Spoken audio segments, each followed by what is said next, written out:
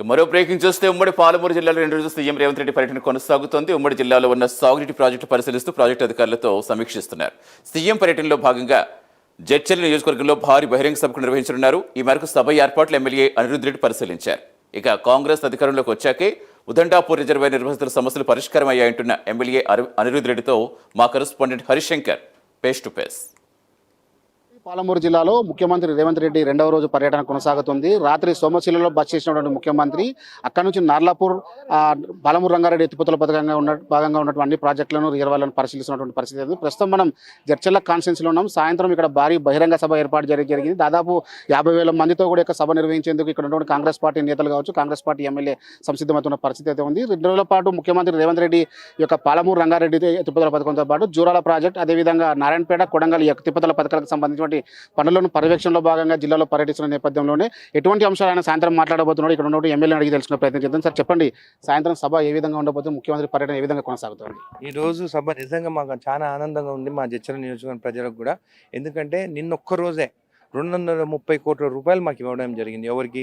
R&R package వాళ్ళకి ఆ rate enhancement చేసి వాళ్ళకి నిన్న అందరి అకౌంట్లో మనీ పడ్డది.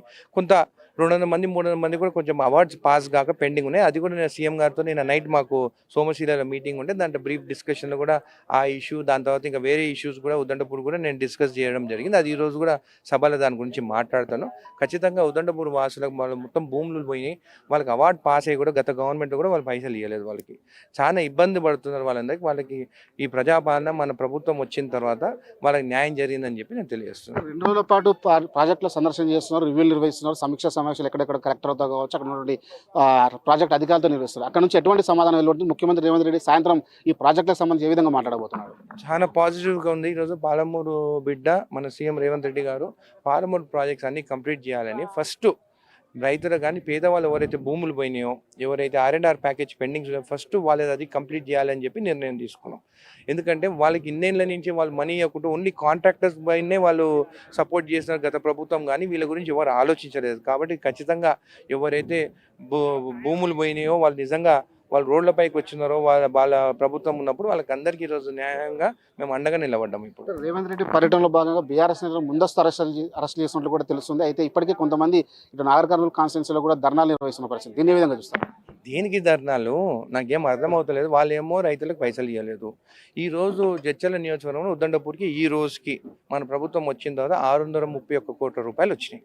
మీరు చూస్తే ఈ గత 2 నెలలనే మాకు 430 కోట్లు వచ్చినాయి. అంటే మనం రైతుల కోసము, పేదోళ్ళ కోసము, వాళ్ళ భూములు పోయిన వాళ్ళ కోసం అండగా నిలబడితే వీళ్ళేమో ఆ రోజు ఒక్కరోజు రాలేదు. ఎందుకో వాళ్ళకి పైసలు ఇప్పించాలని ఒక్కరోజు ధర్నాలు చేయలేదు వీళ్ళు. మళ్ళీ ఎవరి కోసం ధర్నాలు చేస్తుంది నాకు అర్థమవుతుంది. ఏదో పేపర్లో టీవీలో పడాలని చెప్పి, ఎందుకంటే మేము ఏది అనుకుంటే కూడా మన పబ్లిక్ ఏమని అనుకుంటారని చెప్పి వాళ్ళు రోడ్ల మీదకి వస్తున్నారు తప్ప నిజంగా ప్రజల గురించి వచ్చేది ఉంటే ఆ రోజే ఎప్పుడైతే కాళేశ్వరంకి ఒక టీఎంసీ పెంచి పాలమూరు రంగారెడ్డి లిఫ్ట్ ఇరిగేషన్ ₹1 ఇవ్వనప్పుడు వీళ్ళందరూ ఎక్కడ పోయినారు?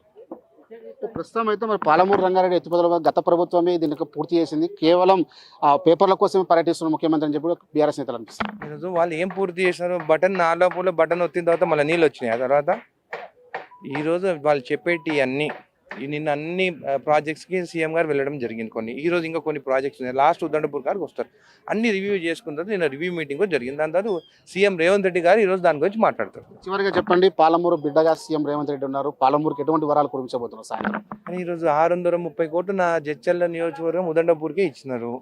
మేము ఇంకా దాని గురించి మేము ఓన్లీ ప్రాజెక్ట్స్ ఇష్యూస్ గురించి డిస్కస్ చేస్తాం. ఇప్పుడు ఏవేవి ఇస్తాం అనేది, ఏవేవి నాకు కావాలనేది ఖచ్చితంగా నేను కూడా ఈరోజు మాట్లాడతాను.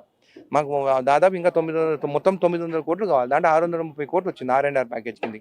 ఇంకా అవార్డ్స్ పాస్ కావాలి. కొన్ని ఇష్యూస్ ఉన్నాయి అక్కడ, కొంతమంది కరెక్ట్ డీటెయిల్స్ లేక కూడా అవార్డ్స్ కొన్ని పెండింగ్ ఉన్నాయి. నెక్స్ట్ వీక్ మేము కూర్చొని అవి కూడా క్లియర్ చేసామని, ఇమీడియట్గా 1 వీక్లో అవి కూడా ఇష్యూస్ అన్ని క్లియర్ చేయమని చెప్పి కూడా సీఎం గారు చెప్పడం జరిగింది. సో ఇట్లాంటి ఇష్యూస్ అన్ని ఫస్ట్ ఈ ఇష్యూస్ అన్ని క్లియర్ కానీ దాని తర్వాత నెక్స్ట్ ప్రాజెక్ట్స్ ఎట్లా కంప్లీట్ అవుతాయి. సభకు ఎంతమంది వచ్చే అవకాశాలు ఉన్నాయి? కేవలం 2-3 రోజుల వ్యవధిలోనే భారీ ఎత్తున సభ నిర్వహించేందుకు కూడా చర్చలలో ఏర్పాటు చేయడం జరిగింది. ఎంతమంది వస్తున్నారు, ఎటువంటి అంశాలు ఉండబోతున్నాయి? ఇప్పుడు జడ్చర్ల నియోజకవర్గం ఇది ఒకటే కాకుండా పక్కన షాద్ నగర్, కల్వకుర్తి, నాగర్ కర్నూలు, దాని తర్వాత కొంతమంది దేవరకద్ద నుండి, మహబూబ్నగర్ నుండి కూడా కొంతమంది వస్తున్నారని చెప్పి కూడా చెప్పడం జరిగింది. దాదాపు నా అంచనా ప్రకారం 70,000 పైన మంది రాబోతున్నారని చెప్పి మా అంచనా. ఇది మొత్తంగా చూస్తే చర్చలలో భారీ బహిరంగ సభకు అన్ని ఏర్పాట్లు పూర్తి చేసినట్లు కూడా ఎమ్మెల్యే అనిరుద్ రెడ్డి చెప్తున్నారు. దాదాపు 70,000 మంది ఈ యొక్క సభకు హాజరవుతున్న నేపథ్యంలోనే ముఖ్యమంత్రి ప్రసంగం భారీ స్థాయిలో ఉండే అవకాశం ఉన్నట్లు తెలుస్తుంది. అయితే 2 రోజుల పాటు ఉమ్మడి జిల్లాలో ఉన్నటువంటి అన్ని ప్రాజెక్టులను పరిశీలించిన తర్వాత ఈ యొక్క సభ నిర్వహిస్తున్న నేపథ్యంలోనే ప్రతిపక్షాలకు ఆయన ఎటువంటి అంశాలు విశ్లేషించబోతున్నాడు, అదేవిధంగా ప్రతిపక్షాలపై ఆయన ఎటువంటి మాటలు మాట్లాడబోతున్నారు, ఉమ్మడి జిల్లాకు ఎటువంటి వరాల జల్లు కురిపిస్తారని చెప్పి ఒక ఉత్కన్నమైన వాతావరణం మీద కొనసాగుతుంది. ఇది ఇక్కడ తాజా పరిస్థితి. కెమెరా పర్సన్ రాజశేఖర్తో హరిశంకర్, ప్రైమ్ 9 చర్చల నుండి.